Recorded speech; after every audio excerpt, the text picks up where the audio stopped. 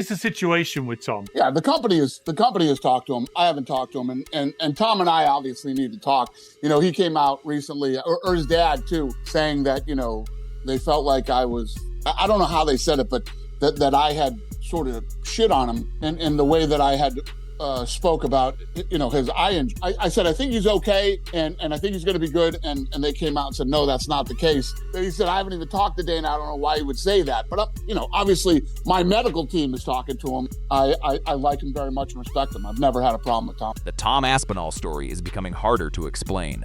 He still holds the undisputed heavyweight title, yet the UFC appears to be making plans as if its champion is no longer part of the picture. Have you guys reached out to Tom Aspinall yet about maybe booking that fight with Ciryl? I'm not going to talk about that stuff. I'll tell you something that's funny, though. So AJ just signed with CAA for sponsorship and all that kind of stuff. Doesn't Eddie Hearn have a fucking... Isn't that what he does? Aspinall signs with Eddie Hearn, which is insane. AJ, who's been with him forever, and they're probably best friends, signs with CAA. I just saw Turkey Al Sheikh saying he wants to bring you guys for a peacekeeping summit. Listen, the reason I got into boxing, one big reason was I met him and I liked him. And he's made some pretty big things happen in the sport of boxing. This is his biggest challenge yet. That I guarantee you.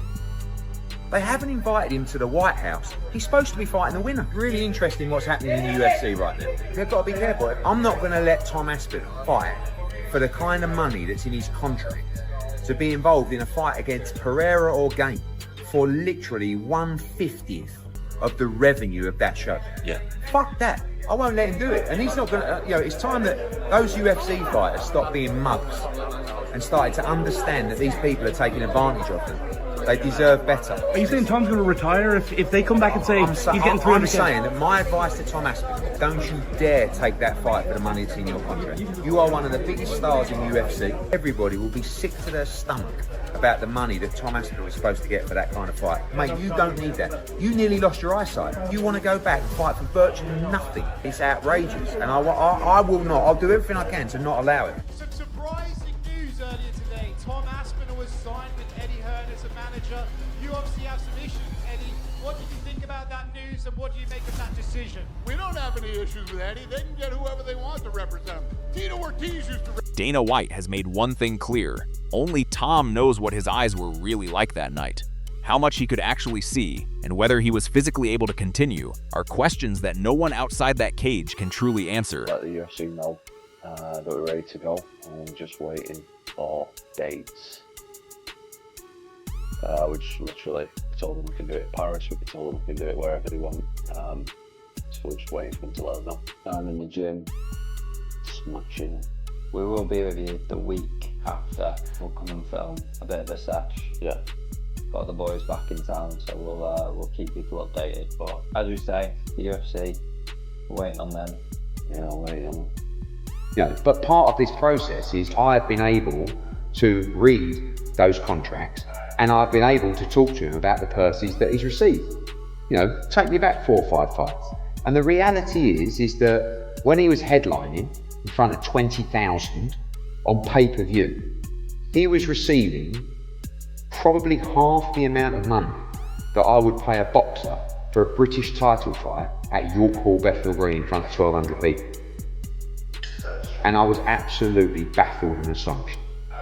Now, obviously as he's gone on, those purses have increased, but still to a level that I feel is completely... Dana White wanted Tom Aspinall and Ciryl Gane to settle things in a rematch, but what looked like a simple delay soon became a much bigger problem.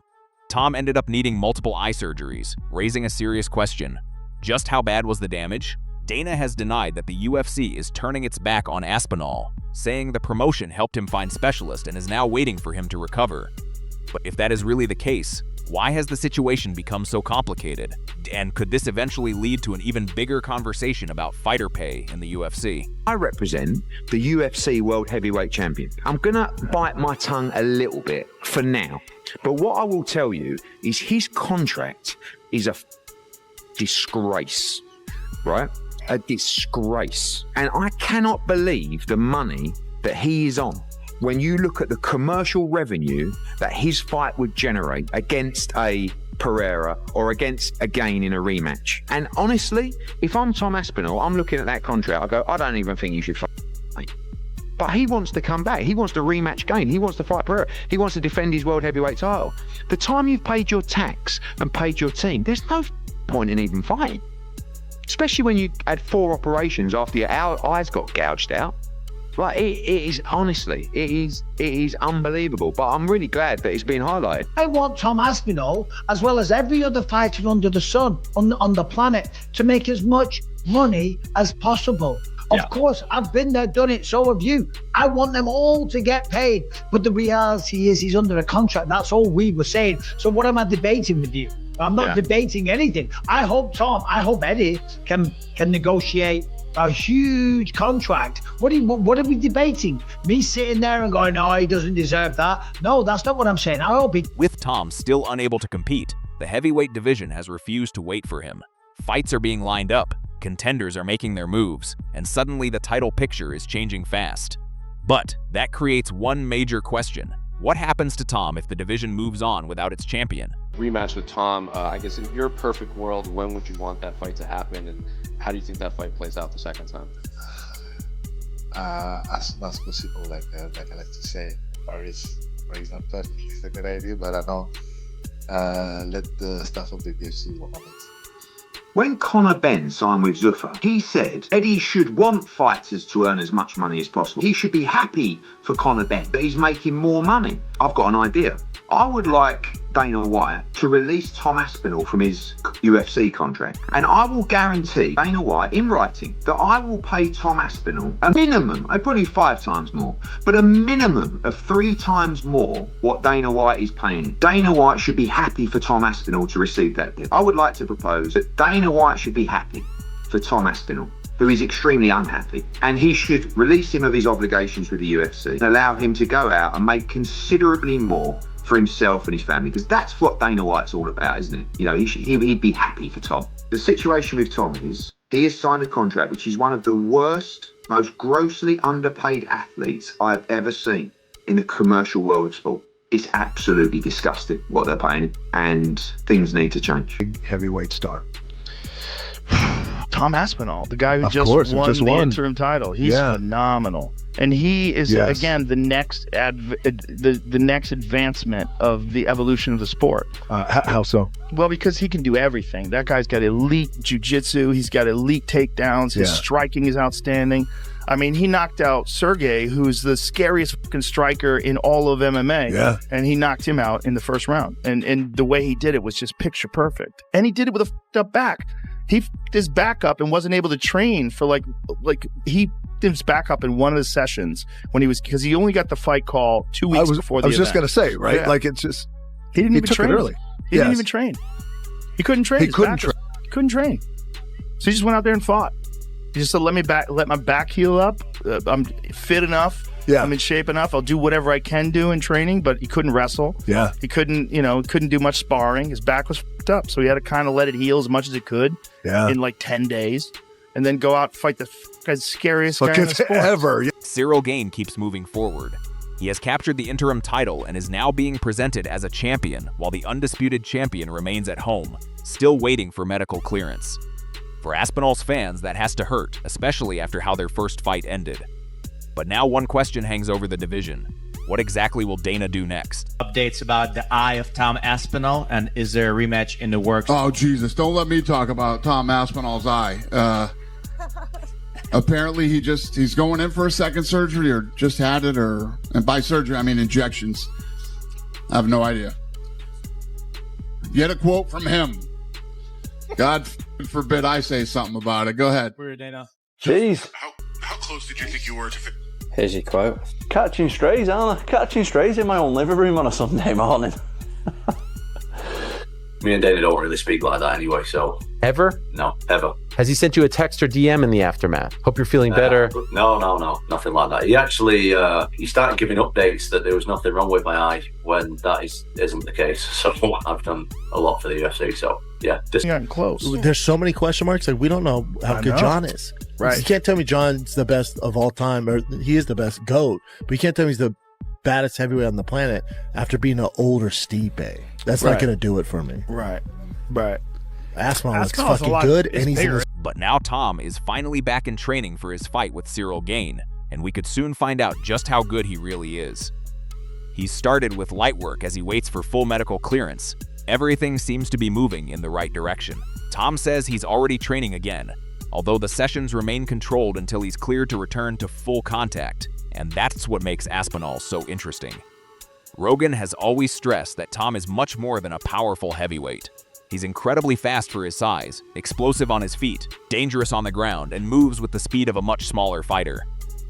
But after everything that's happened, the biggest question is this: can Tom still become the UFC's next great heavyweight star? Big heavyweight star. Tom Aspinall, the guy who Of just course, who won just the won. interim title. He's phenomenal. And he is, again, the next the next advancement of the evolution of the sport. How so? Well, because he can do everything. That guy's got elite jiu-jitsu. He's got elite takedowns. His striking is outstanding. I mean, he knocked out Sergey, who's the scariest fucking striker in all of MMA. Yeah. And he knocked him out in the first round. And the way he did it was just picture perfect. And he did it with a fucked up back. He fucked his back up and wasn't able to train for he fucked his back up in one of the sessions when because he only got the fight call 2 weeks before the event. I was just going to say, right? Yeah. Like, it's just, he didn't even took train it early. He didn't even train. He couldn't train. He His couldn't back was- He couldn't train. So he just went out there and fought. He just said, let my back heal up. I'm fit enough. Yeah. I'm in shape enough. I'll do whatever I can do in training, but he couldn't wrestle. Yeah. He couldn't do much sparring. His back was fucked up. So he had to kind of let it heal as much as it could in like 10 days and then go out and fight the fucking scariest guy in the sport. ever, yeah. So you know that we're ready to go, and we're just waiting for dates. We told them we can do it in Paris, we told them we can do it wherever they want. So we're just waiting for them to let us know. I'm in the gym, smashing it. We will be with you the week after. We'll come and film a bit of a sesh. Yeah. Got the boys back in town, so we'll keep people updated. But as we say, the UFC, we're waiting on them. Yeah, I'm waiting on them. The talk in September, I don't think, Paul, we'll be there. We called the September. I'm just saying, if they change it and they make it Ciryl Gane versus Tom Aspinall, and me and you get the boot, and they bring in DC and John Anik after I'm gonna be pissed. I'll be pissed, man. I will be pissed, but it's probably going to happen. It's probably going to happen. Let's be honest. One of us, probably me, is getting. I'll throw an Alex Pereira. I will. I'll complain. So wait, he wants to fight. He wants to fight in Paris. You're saying? Ciryl Gane said on the microphone, I believe, or maybe afterwards, whatever. He said it in an interview. No, he said it in the cage. I want to fight in Paris in September. I'm ready. Yeah, and Tom Aspinall responded to, I'm ready, I'm training, I'm good to go. I'll fight you in September. I mean, that'd be, and also, because it's not as unbelievable or unachievable as what it previously was, because now there's no pay-per-view. The UFC know that we're ready to go, and we're just waiting for dates. We told them we can do it in Paris, we told them we can do it wherever they want. So we're just waiting for them to let us know. I'm in the gym, smashing it. We will be with you the week after. We'll come and film a bit of a sesh. Yeah. Got the boys back in town, so we'll keep people updated. But as we say, the UFC, we're waiting on them. Yeah. The most surprising part of Aspinall's career is how little time we've actually seen him spend in the cage. His UFC wins have come so quickly that even Joe Rogan has questioned what Tom looks like when he's pushed into a truly difficult fight. And Ciryl Gane might finally provide that answer. In their first fight, Gane landed an awkward jab, moved intelligently, and forced Aspinall to work before an eye poke suddenly brought everything to a stop. Rogan has said he wants to see what happens when Tom actually loses a round and has to dig deep to fight his way back.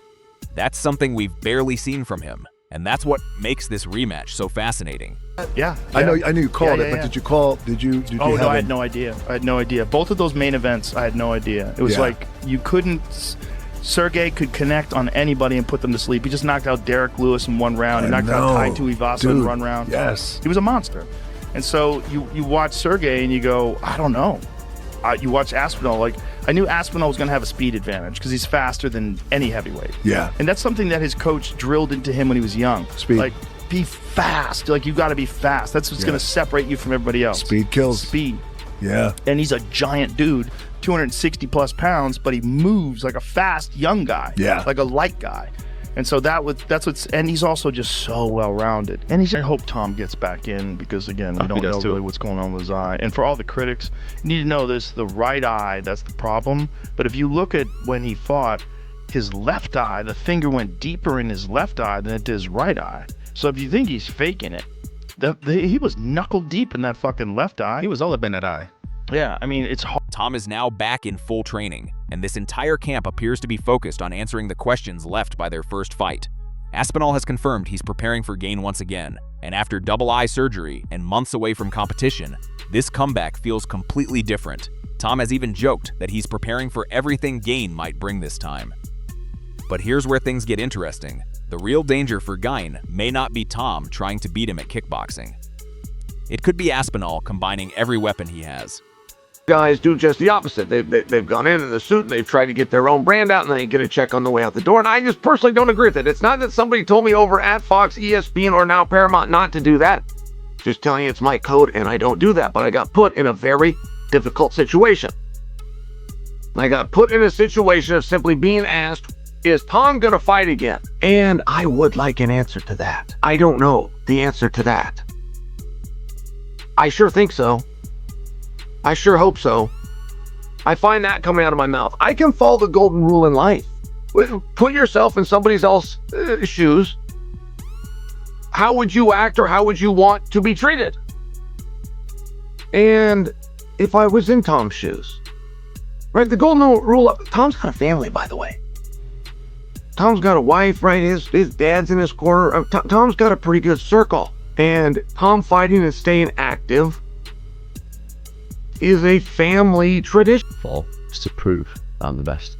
That's it. All I wanted to do it for was who's the best. Just prove I was the best. John Jones is probably widely known as the greatest mixed martial artist ever. It wasn't about money, it wasn't about nothing.